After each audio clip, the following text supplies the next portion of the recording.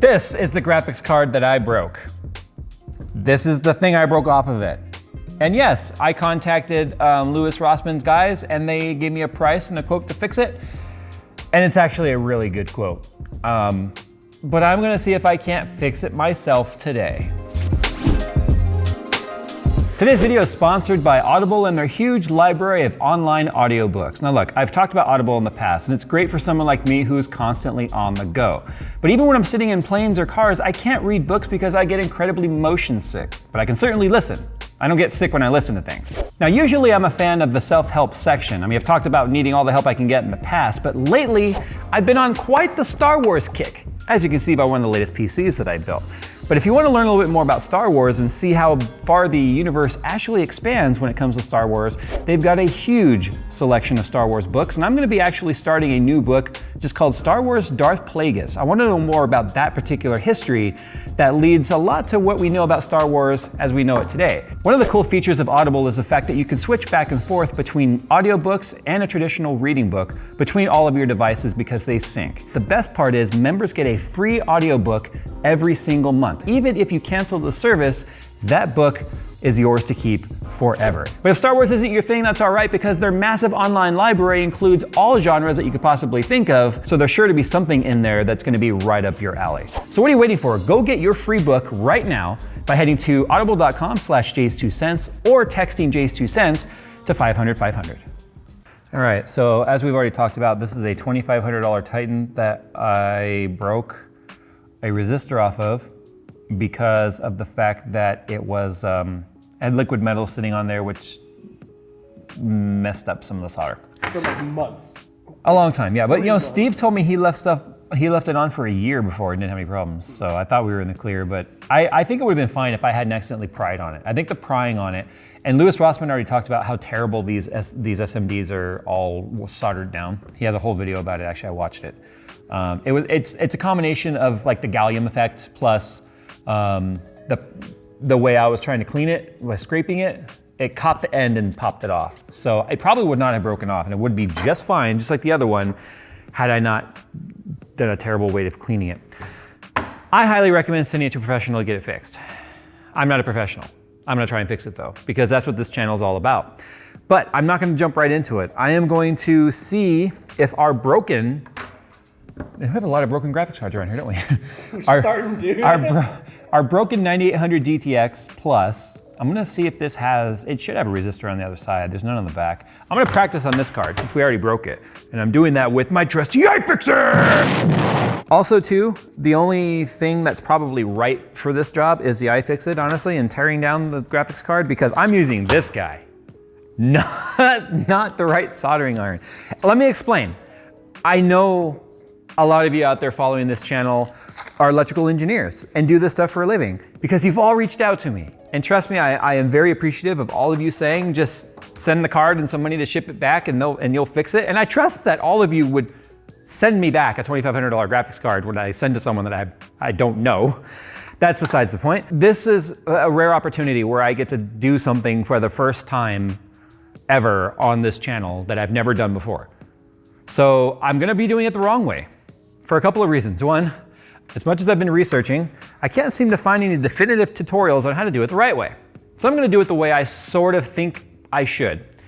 The other thing too is I think this is also very indicative of what a lot of people out there in the general public would do. They'd be like, oh, I broke that off. I need to get a soldering iron. I need to solder that back on. I don't know what kind of solder to use. What temperature should I use? I don't know.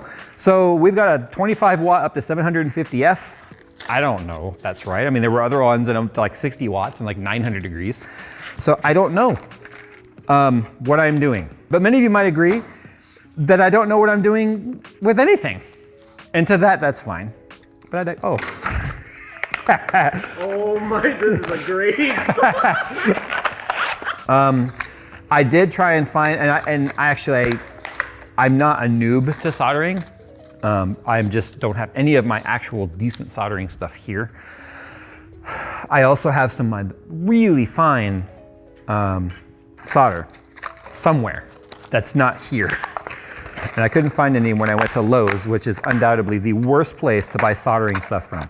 I used to get all that stuff I needed from Radio Shack. We all know what happened there. So for starters, let me go ahead and get this card cooler off and see if there's an SMD on the other side of this. If there's not, then I'm just gonna start going around the shelf to find a graphics card that I don't mind mutilating to practice on. So the tip that came on the soldering iron is a little too big for what we want to do, I think. So I'm gonna turn this tip using my drill, like a lathe, to try and make it more pointy.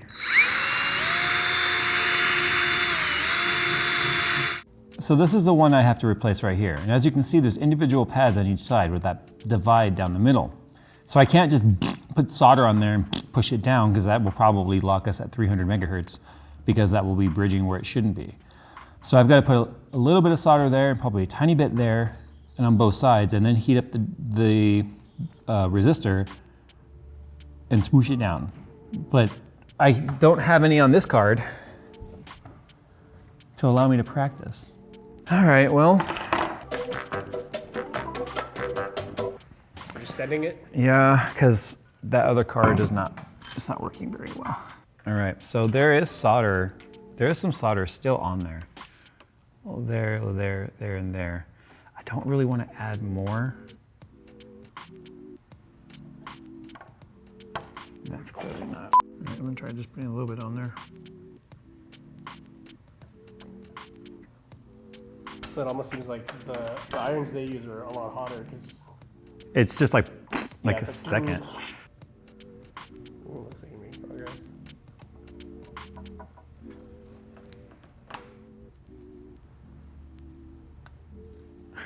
It sure broke off. It broke off really easy, but. So you did get it. You did get it to stick, but. I was getting it to stick, yeah.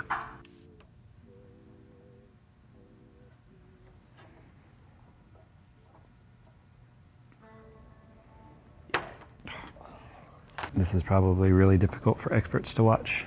I don't know how you're supposed to heat it. Like, do you have a special thing that touches both ends and just heats it properly? I'm gonna hold it for longer then.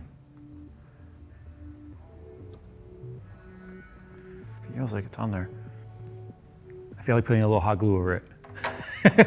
Feels on there. So what I'm gonna do, because I don't wanna put the stock cooler back on, because that's got a bajillion, million, trillion screws. I'm just gonna screw this guy on. I don't wanna do any hot glue or anything on there to kind of like hold it down, because all this making contact, right? Because what I am kind of worried may have happened here is it might now be touching, like it might be bridging those two pads together or whatever, and now it's gonna just lock itself because now it's not on there properly. So I'll be honest, I'm not feeling very confident right now, because I just know I did such a terrible job soldering that. There's no possible way that that could work, because that's the ugliest solder. I don't know what kind of detail the camera was picking up, but it was pretty bad. And I'm almost positive it's bridging where it shouldn't. That's the thing I'm not confident about. And I know for a fact, if that area bridges and then it sees no resistance, then it's gonna just immediately clock down to 300. That's what it does. That's why we could pop off those resistors and the card would work. It would just go down to 300, because that's exactly what Der Bauer was saying when they tried to, like when they soldered wires across it and stuff to bypass the resistor, which I guess used to work in the olden days. Like I feel like this card's also just one jolt from like that little piece going bloop and falling out. That's why I want to, well, I guess I could super glue it too, I got some of that, but that's why I want to do hot glue on it, because then it can't come up. And then send it to Louis Rossman and be like, hey, what do you think? Tell me what you think of my repair. I feel like you would just mail back a picture of a middle finger. Not everyone should have the right to repair if this is how they're gonna do it. Cannot establish connection with update server. Oh, that's fine, we're not online. Shut up! Jeez. We're fine. Dude, it's at 1350 megahertz already, because I have it set to the prefer maximum performance automatically goes to 1350. Wait.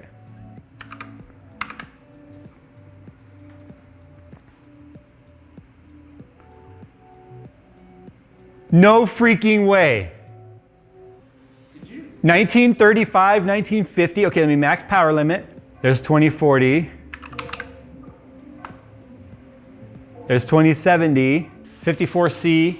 It's just got the 2080 Ti, like basic double fan cooler on there. 1.037 millivolts, so our 1037 millivolts, 7,000 megahertz on the memory.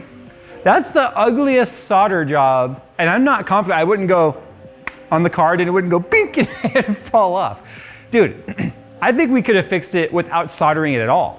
I feel like I could have just like held it down there and be like, with super glue, or fine, super glue, hot glue, and just would have been fine. As long as it's making connection. It may not be the greatest connection, but as long as it's making connection, it worked. It's the wrong iron, it's the wrong solder, it was the wrong technique.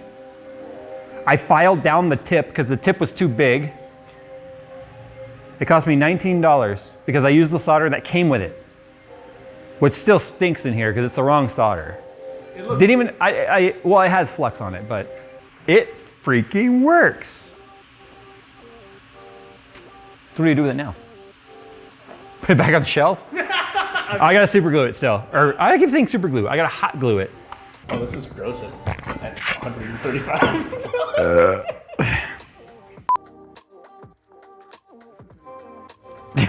60! Ah! All right. I just love the contrast of levels of technology between that die and then that. Can you not for a second, Phil? Listen. Here's the moral of the story. Yes, there are people that could fix this for you. And yes, I could have sent this to someone to fix. But I was curious, could I do it? Using all the wrong stuff. Look, it's a Gorilla Glue glue gun. It's a Weller, cheapest soldering iron you could freaking buy. So yes, anyone that is triggered by this video saying, oh my God, Jay, I'm an electronics engineer and I'm so triggered by this, you should be. I'm not saying this is the way to do it. This is the way I just wanted to see if I could, and I did. I mean, like the Army says, if it's a dumb idea but it works, it's not a dumb idea. So, eat me.